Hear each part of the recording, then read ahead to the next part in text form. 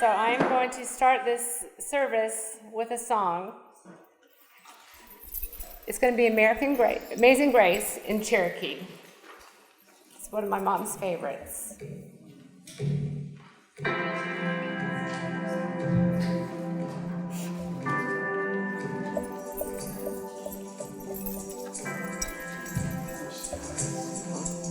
Thanks, honey.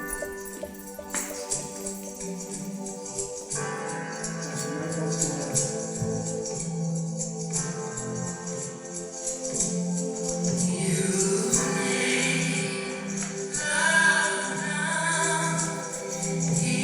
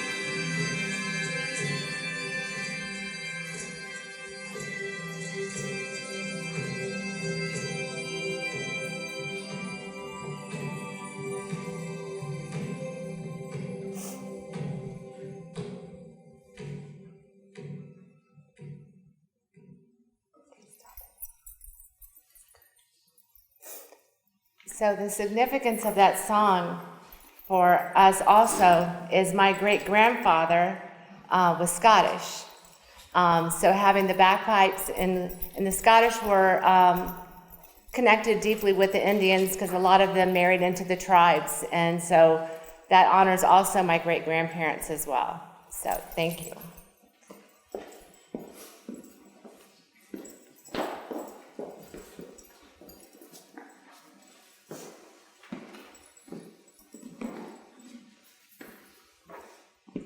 You guys, hi, I'm Ray. Would you raise your hand if you don't know who I am? Please do that. That would really help me. Thank you. Thank you. I'm presiding over this because Kathy asked me to. And I'll tell you how that happened so we can move forward. A friend of ours, dear friend, lost a husband. And we ended up going down to Jacksonville, and they asked me to preside over the ceremony. And Kathy was there.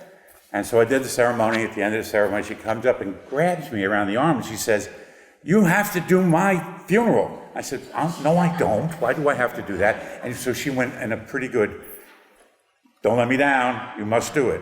So here I am doing it. So I'm presiding over a thing where people in this audience preside over me, and we all know who they are, and they let me know what they want when they want it. And certainly Bill, Felicia, and Ruby have been very clear with me about what they wanted me to do today. So first, welcome friends, neighbors, relatives, siblings, other people we won't necessarily mention our relationship with them, but thank you all for being here. This is a celebration, which is what she wanted, a celebration of life. And Felicia is going to read a little piece for us to get us started, and then I'm going to do some things with you that I think you will enjoy. This is my daughter, Felicia. You're on there. Okay. So Nana loved Jesus Calling, the daily devotionals by Sarah Young, and we read them, she read them every day for years. But on the day that she was diagnosed, there was one that was very special that I read to her, and it was certainly telling of what our next few weeks were going to look like. This was on September 30th. "I am perpetually with you, taking care of you. That is the most important fact of your existence. I am not limited by time or space. My presence with you is a forever promise. You need not fear the future, for I am already there. When you make the quantum leap into eternity, you will find me awaiting you in heaven. Your future is in my hands. I release it to you day by day, moment by moment. Therefore, do not worry about tomorrow. I want to live this day abundantly, seeing all there is to see, doing all there is to do. Don't be distracted by future concerns. Leave them to me. Each day of life is a glorious gift, but so few people know how to live within the confines of today. Much of their energy for abundant living spills over the timeline into tomorrow's worries or past regrets. Their remaining energy is sufficient only for limping through the day, not by living it to the full. I am training you to keep your focus on my presence in the present. This is how to receive abundant life, which flows freely from my throne of thy grace." Matthew 6:34, John 10:10, James 4:13. Thanks, Felicia. With that said, this next thing I'm going to do is directly what Kathy said. Make sure you do this and this and this. I said, yes, ma'am. So here's the first thing she asked me to do. I want you to look around, find somebody you don't know very well, go stand next to them and tell them why you came here. How do you know Kathy or Felicia or Bill? How do you know these people? What are you doing here? Stand-up conversation, go find somebody to talk to that you don't know and chat with them. What are you doing here?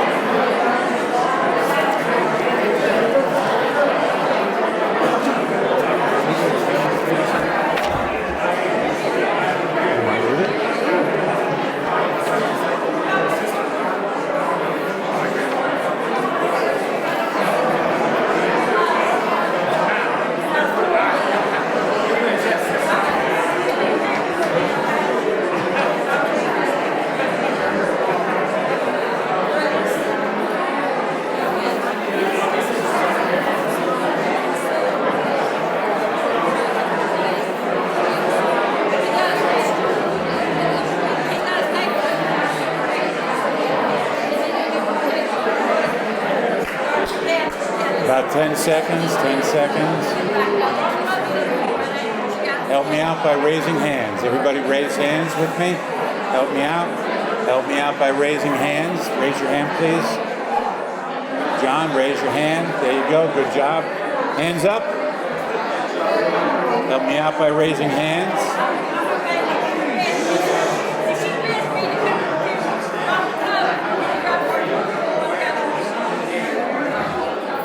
Thank you. All right, attention back up here. Thank you. Let's all practice that again. Raise our hands. Everyone raise our hands. Thank you. Here's the only requirement. When you raise your hand, you got to stop talking. Okay? That's the only requirement. And we'll continue forward. Thank you for that. Kathy loved that.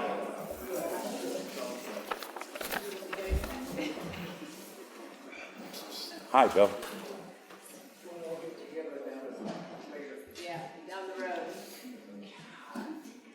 Here is a prayer she asked me to do. Dear God, I give this day to you. May my mind stay centered on the things of spirit. I'm inviting myself to do that today also. And not be tempted to drift away into judgments of others. Staying in that space of curiosity and care is a completely different space than being in judgment. May I see the love and innocence in all mankind behind all the masks we all wear and the illusions of this worldly plane. I surrender to you. Surrender. All the healing of the world that is in me and in you. Make me the person you would have me be. Direct my footsteps and show me what you would have me do. Make the world a safer, more beautiful place. Bless all your creatures. Heal us all. Use me, dear Lord, that I might know the joy of being used by you. Amen. So at this point, we are going to have an opportunity to turn to the person next to us and bring up one memory that you have about Kathy. And if you didn't know Kathy, raise your hand. Somebody come over and tell you about her. But one thing about her that you, oh my God, this was so wonderful. And I'd like you to do this in the rows you're in, but let's also stand up for this one. Standing is critical in this work. Stand up. What are your best memories about Kathy? Ready, set, go.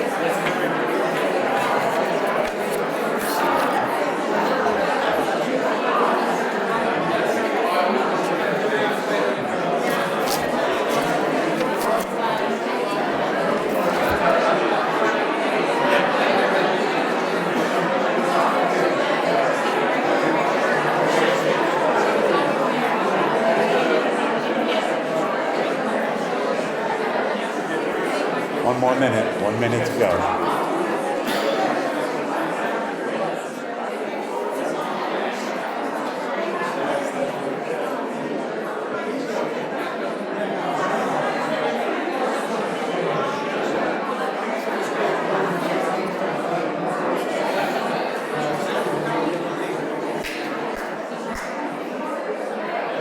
We invite you to sit down and continue.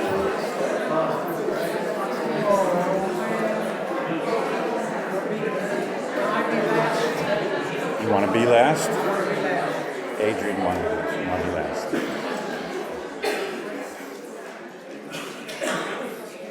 So as we think about someone they become alive in us in our conversation. And we have a couple of people that are going to say something about Kathy that allows her to stay alive in their minds, in their hearts, and in their spirits. And our concluding one will be Bill, but our first one will be Felicia.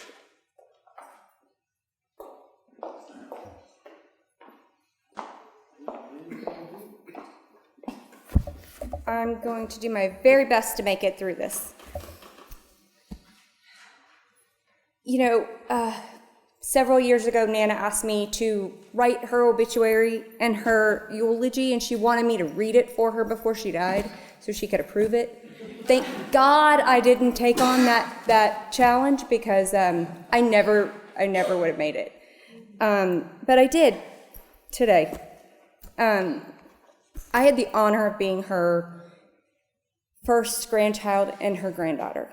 And she was the most amazing person I know. It's hard to know where to start here, but I could stand up here and talk about her for all the details of everything she was to me and everyone else forever. I was in awe of her for as long as I can remember, but I was very fortunate growing up. I got to spend a ton of time with her. I was with her several times during the week and every single weekend, and we did everything together. When I grew up, I wanted to be just like her, so I went to work with her in all of her real estate offices, starting at the age of 3 or 4, 2. And she would dress me up in frilly Polly Flinders dresses, and I would just go to work with her. Where she went, I went. And then we'd go to dinner at our favorite restaurant, Julian's, and we would pretend every night that it was my birthday, and they would, so that the guy playing the piano would sing the flower song, which was The Rose by Bette Midler. That was our favorite. And so the owner of Julian's used to tell Nana, Kathy, she's got to be 50 by now. She's having a birthday every night of the week, but we just had so much fun. And every night we did this. I went to work with her, we'd dress up pretty, go out to dinner, pretend it's my birthday. It was great. So Nana was always so much more to me than just a grandmother. She taught me literally everything I needed to know that no one knew I needed to know from the day I was born until just a few weeks ago. But she never underestimated my abilities. And it was amazing because, you know, it's easy to underestimate kids, but never my grandmother. I learned my address and my phone number and how to call an operator and make a collect call as soon as I could recite the words well enough. And she showed me through her actions that when I needed help or anything else, I could always count on her, and I always did. She was strong and resourceful, and she gave me the tools to be the same. A couple weeks ago, Nana's brother, Uncle Pete, called me to tell me a story about Nana, and I've thought a lot about this story over the last couple weeks. There's a couple different versions of the story floating around, but since I have had the pleasure of knowing the women involved, I think I've read enough between the lines to figure out what really happened. So when my grandma was 5, she lived on the farm with her family, and she and her siblings were very close. My Aunt Tony, who was her closest sister, was going off to school. And Nana wasn't old enough to go to first grade yet because she was 5. She had another year and a half or 2 to go. And so she decided, so Aunt Tony left to go to school, but when she came back, they had concocted a plan. But here's where I think the story is different. Nana sent Aunt Tony on a reconnaissance mission to figure out how to get her into school so she didn't have to stay behind. And the next day, Aunt Tony got Nana dressed for school and took her with her. But not only did she go to school with her, she stayed. She didn't She wasn't supposed to be there. She was 5. She was in 1st grade. She should not have stayed at school. But Nana stayed, and she was, at 5 years old, a 1st grader. She did the work, and she was part of it. But they were in cahoots, I am convinced. They had this plan from the start, and Nana was not going to be without Aunt Tony. Aunt Tony was not going to be without Nana. And then I think they drug Aunt Glennis into this at some point in the next couple of years. I'm pretty sure she didn't get out of this. But they went to school together. Nana graduated when she was barely 16, and they walked to school both ways uphill in the snow and the rain. Right? Is that how it goes? Uphill both ways in the snow, through the rain. All those things. 7 miles. 7 miles. And then at 15 years old, they gave her a driver's license and let her drive the school bus and drive all these children to school. So I told Uncle Pete that he should be concerned that they were trying to kill him, but I don't, she was this good driver. She really was. But my grandmother, it goes to show you, my grandmother believed that if you wanted to be someplace, just act like you were supposed to be there. She always told me that. If you want to go do that, then act like you're supposed to be there. And we did, which is how I ended up in a real estate office at 3 years old, pretending like I was supposed to be there. I belonged. I think I was even paid, so I was an employee, technically. So Nana she was funny, but she got it from her childhood. I went to school when I was 5, so Felicia can be a realtor at 4. Makes sense. And I did. I went to school. I went to work with her every single day, but I wouldn't have wanted to be any other place. And I learned so much from her during those years because she could sell anyone. If you didn't need a house, you were going to buy one. And that's okay. She was always intentional and present, finding creative ways to fill our days together and keep me engaged. She was savvy and smart and the hardest worker I knew. She was strong and resilient, and she handled the toughest situations with class and grace. She was loyal. She knew how to keep secrets. She was my constant, and she was my soulmate. She was perfect for me. I thought I'd have a lot more time with her, but it has truly been the greatest honor of my life, being her granddaughter. And I will miss her very much. Thank you.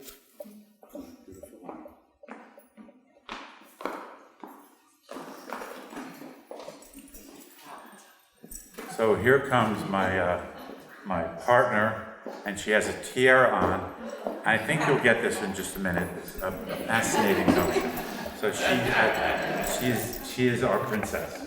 It came to me this morning that this is how I should open this part of this. Whenever you feel overwhelmed, remember whose daughter you are and straighten your crown.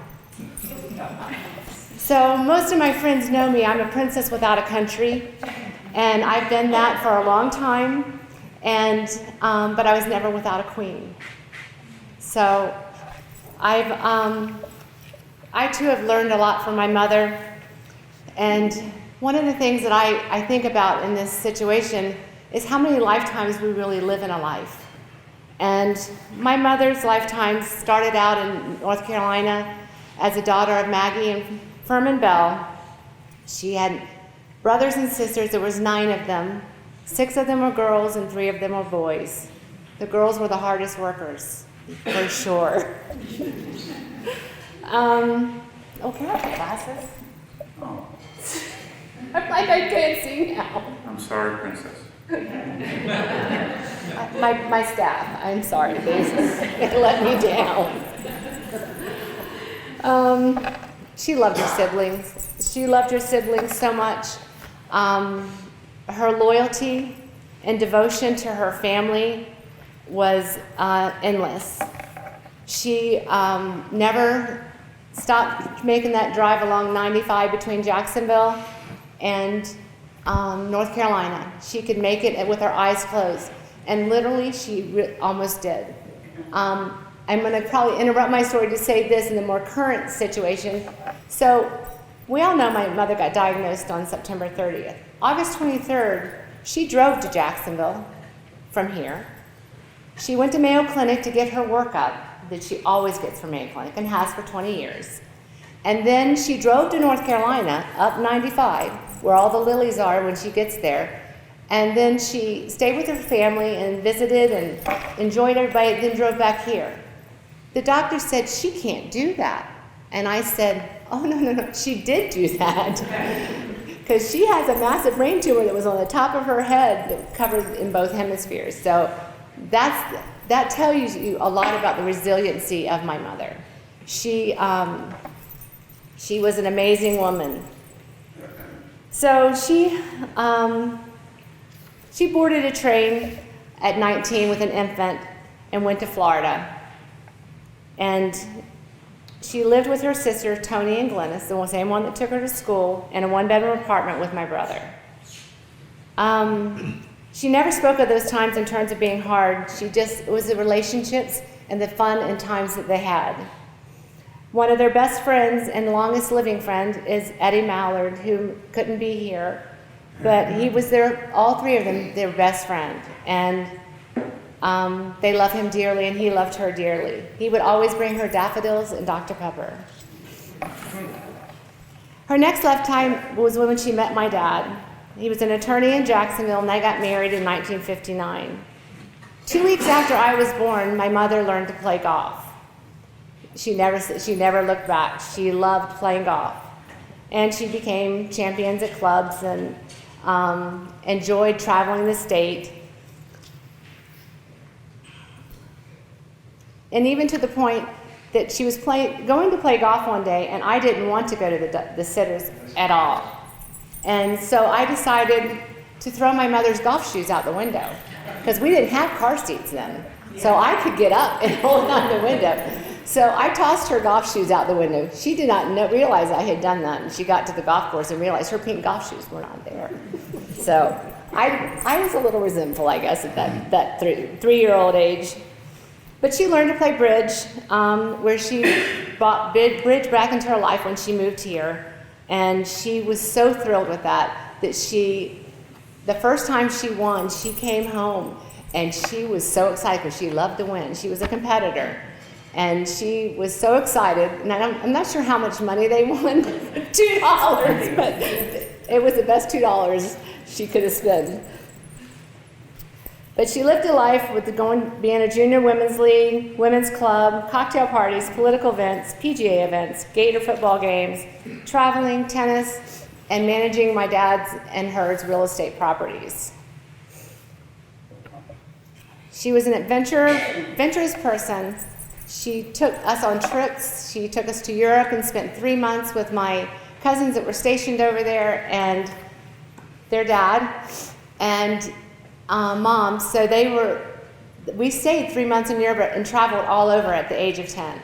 And it was just my aunt, my mother, my cousin Marty, my brother, and that was it. And we just had the best time and the best memories. She took us on trips up and down the coast of Florida. She took us to San Antonio. She took us wherever. There was always some place to go. My mother loved to travel. She never lost that love of travel. My father passed away on October 13th, 1985, making me realize I lost both my parents in the same month. Not the same year, but the same month. The next lifetime, she took her another direction. She began as a grandmother, a real estate person, and she excelled in that. She loved the selling of real estate. She has one of her dear friends here today that was one of her partners in crime in that. And then she would sell a house to Mr. Bill Bradshaw. And 35 years later, they were still together. So they had so much fun. They traveled. Again, they had a motorhome. They had ski trips. They had cruises. They had a lot of fun. They lived their life fully and happily, and enjoying adding more family members to our life. And she was just that kind of person. She was all in whatever she did and whoever was there. And she embraced all of us, taught us all something, no matter who you were or how old you are. She still was teaching you something, because that's just who she was. And I am graced with being her daughter and being a princess, because that's the life that she gave me and my father. Thank you. Thank you, Ruby. Adrian?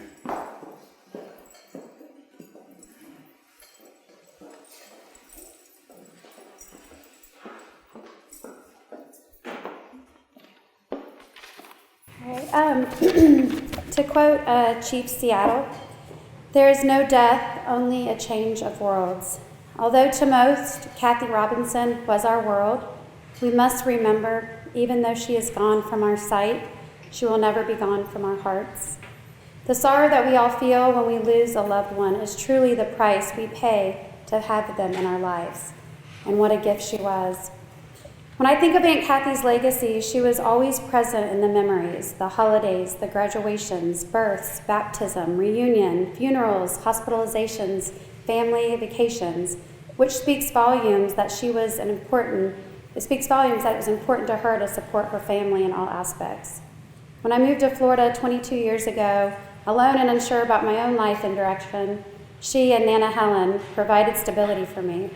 When I needed family the most, she was there to provide support and guidance, not to mention her generous heart of sharing her condo in Ormond Beach or opening up her home in Sawgrass. She taught us all to embrace tough times in life with jobs, health, relationships, family conflict, with such grace, and to always smile through the pain, as she did with such dignity, compassion in all circumstances. She was loyal to her family, her friends, her children, and very proud of her grandchildren. All of their success we would share during our garage talks in Nana Helen's garage over a bottle of wine or two, which she loved equally too. She loved her children. She was so dedicated to her siblings and all who she trusted to be in her life, because she had enough love in her heart to share with all of us. And let's be honest, all I ever needed to know about investments and the value of real estate, I learned from my Aunt Kathy. I just wish I would have taken more notes on that. But she was just not my grandma's sister and partner in crime, but my grandma's best friend. She was just not an aunt to my mom and Linda, Diane, Kelly, and Dwayne, but their biggest support system. She was just not a great aunt to me, my brother, and all of my cousins here today, but she was a bonus grandma to all of us who we respected, appreciated, and loved. So Uncle Bill, Ruby, Michael, and Felicia, and all who mourn her earthly loss, we are here to wrap our love around you as you transition your life without her. And although life will not be the same, we know that the greatest gift that we can give to this world is to live like Aunt Kathy. Stay humble, love hard, forgive with all your heart, keep family first, and always smile. So we love you guys. Thank you.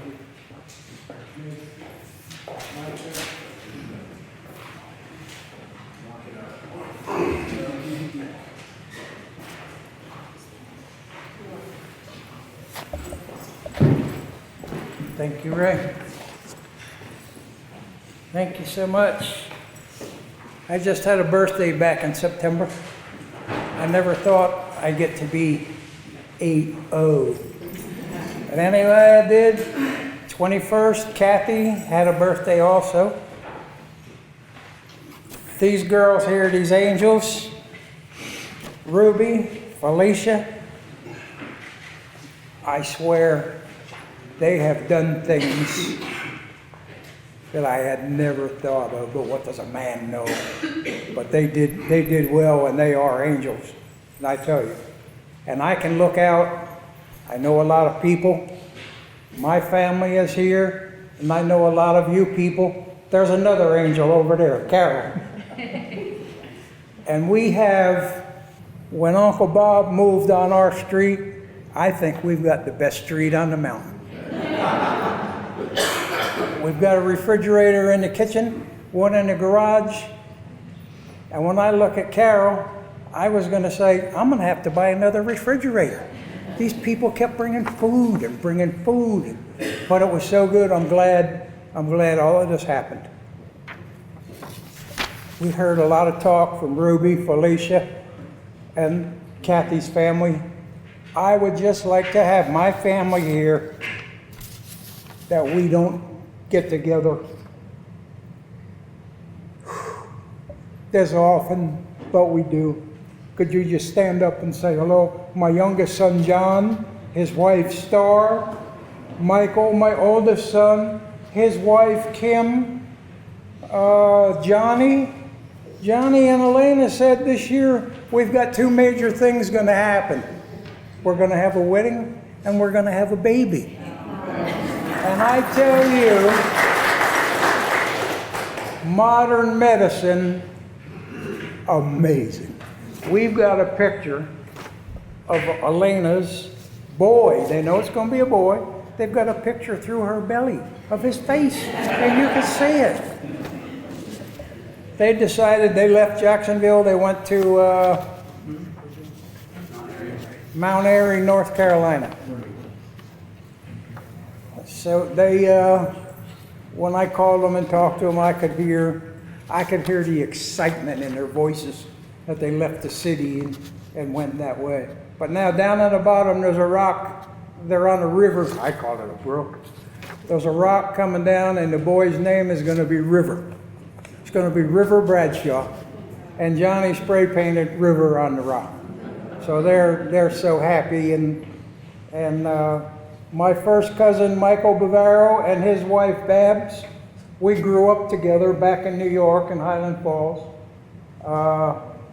Cousin Greg, Susie, and their son Ryan. And there's some more people over here. Ruby mentioned there was a picture of 9 people. 5 left. Pete, her brother, her favorite brother. Brenda, a sister. Other families. And I can't remember all these names. But anyways, I would like to thank everybody who came, who sent blessings, food, just your participation. Does my heart good. Speaking of hearts, guess who I got? I got Miss Kathy Robinson here. Ruby's our general contractor.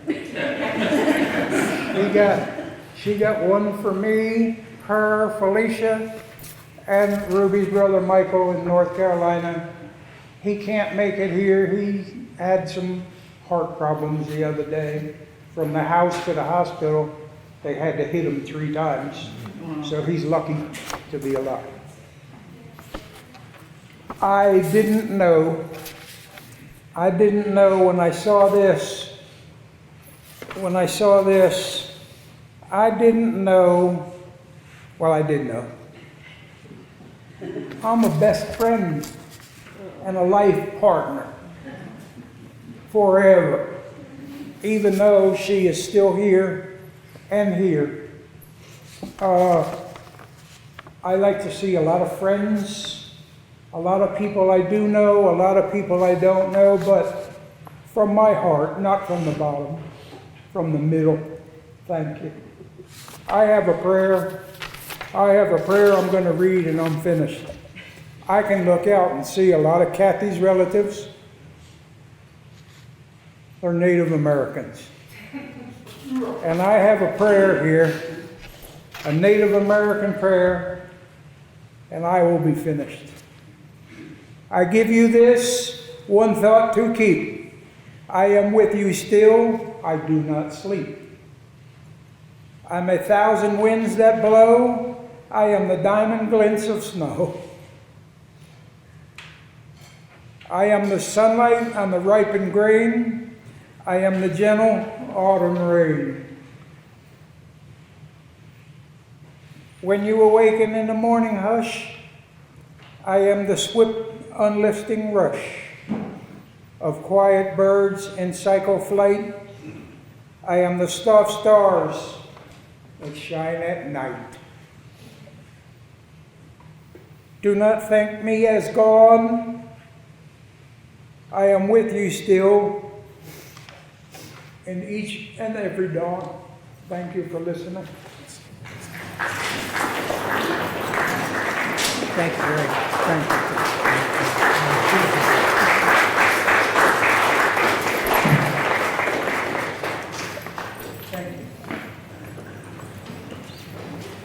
So the piece we just worked on a little bit, and Bill, that was beautiful, thank you, beautiful piece, was about memories. And to that end, we have some family members now that are going to play, sing two songs that Kathy loved. Anytime the kids were around, it was like, please sing this. And it could be like, very late for me, like 8 o'clock. And she's like, come on, get that guitar out here and play it and let them sing with you. So this was very much a ritual on the back porch. And if you haven't been to our back porch, please stop by.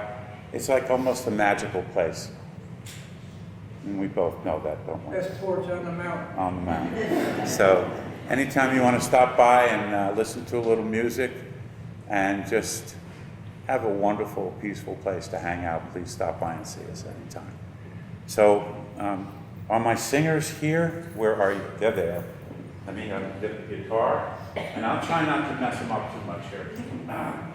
But this first song was one that Kathy had made very clear it's one she loves, and I wanted to make sure we did it. And I know the thing, right?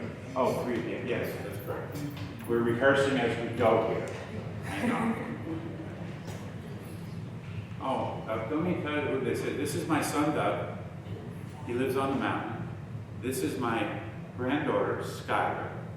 And Lauren is my granddaughter. And I don't know if you guys follow football, but she goes to, where do you go? University of Alabama. And she's really not that interested in football, which I find interesting. So anyway, I think you'll probably find them interesting as they do this.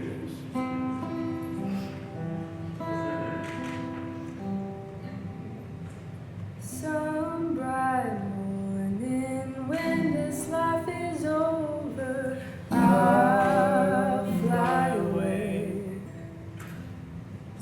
to a home on God's celestial shore. I'll fly away. I'll fly away, oh glory. I'll fly away. When I die, hallelujah, by and by, I'll fly away. When the shadows of this life have gone, I'll fly away. Like a bird from these prison walls, I'll fly. I'll fly away. I'll fly away, oh glory. I'll fly away. When I die, hallelujah, by and by, I'll fly away.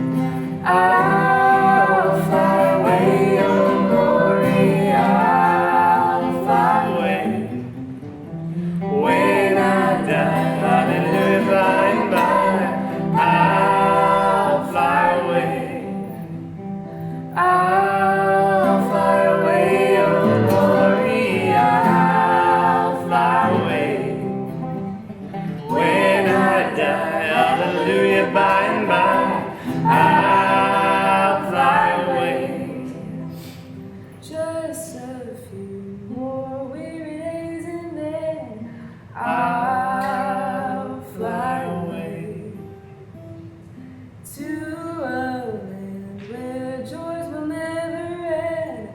I'll fly away.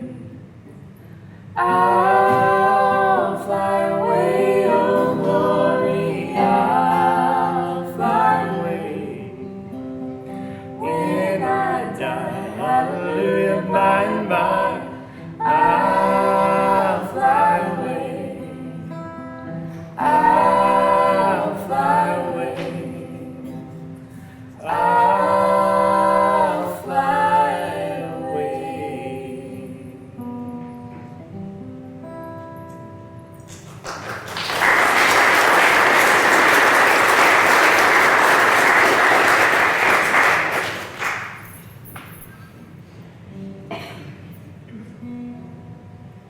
Oh Lord, my God, when I, in awesome wonder, consider all the worlds thy hand hath made, I see the stars, I hear the rolling thunder, the power throughout the universe displayed. Then sings my soul, my Savior God, to thee. How great thou art, how great thou art. Then sings my soul, my Savior God, to thee. How great thou art, how great thou art. And when I think that God,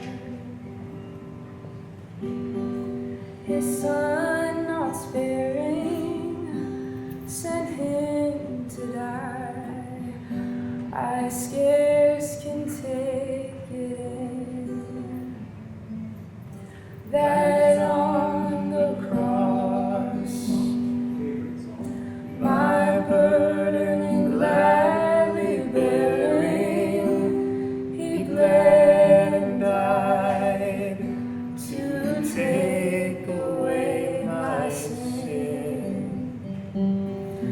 Then sings my soul, my Savior God, to thee. How great thou art, how great thou art.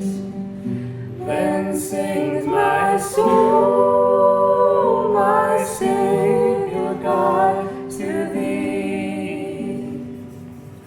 How great thou art, how great thou art. When Christ shall come with shouts of acclamation and take me home, what joy shall fill my heart. Then I shall bow in humble adoration and there proclaim, my God, how great you are. Then sings my soul, my Savior God, to thee. How great thou art, how great thou art. Then sings my soul, my Savior God, to thee. How great thou art, how great thou art, how great thou art, how great thou art.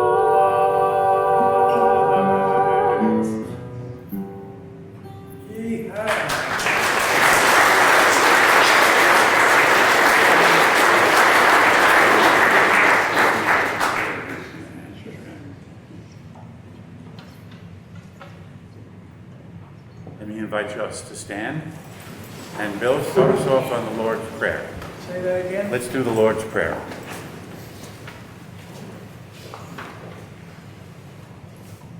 Just start us and we'll go. We'll all say it with him now. Our Father, Who who art art in heaven, hallowed be thy name. Thy kingdom come, thy will be done, on earth as it is in heaven. Give us this day our daily bread, and forgive us our trespasses, as we forgive those who trespass against us. And lead us not into temptation, but deliver us from evil. For thine is the kingdom, the power, and the glory forever and ever. Amen. Thank you. Please remain standing.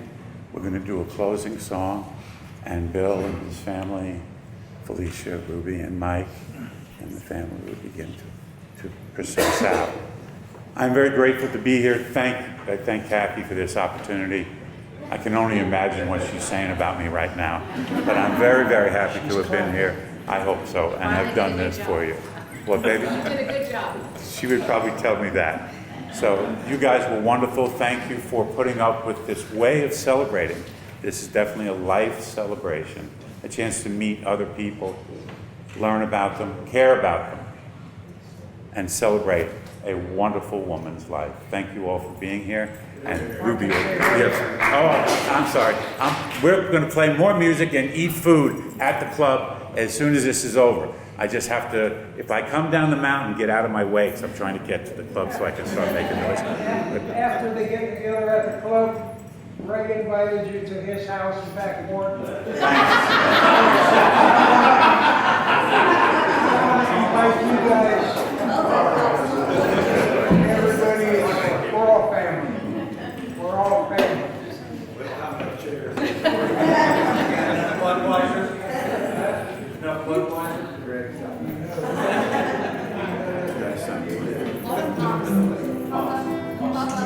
I'll be back in a minute. I gotta.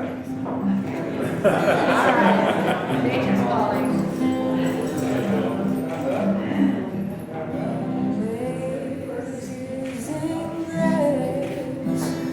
How sweet the sound that saved a wretch like me. I once was lost, but now I'm found. Was blind, but now I see. Sing with us, everybody, if you know the song. Grace that taught my heart to fear, and grace my fears relieved. How precious did that grace appear the hour I first believed. Through many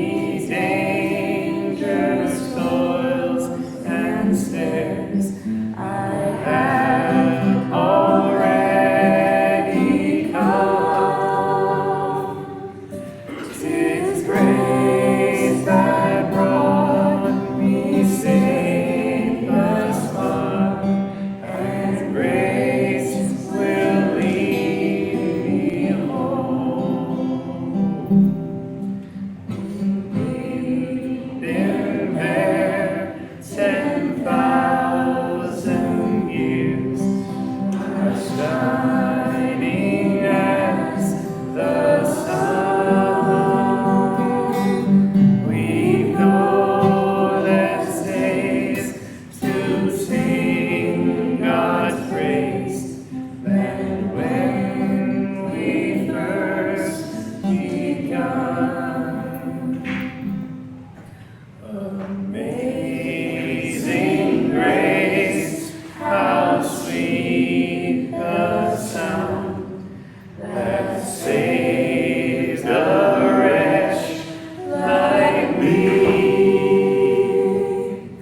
I once was lost, but now I'm found. Big finish here. Was blind, but now I see.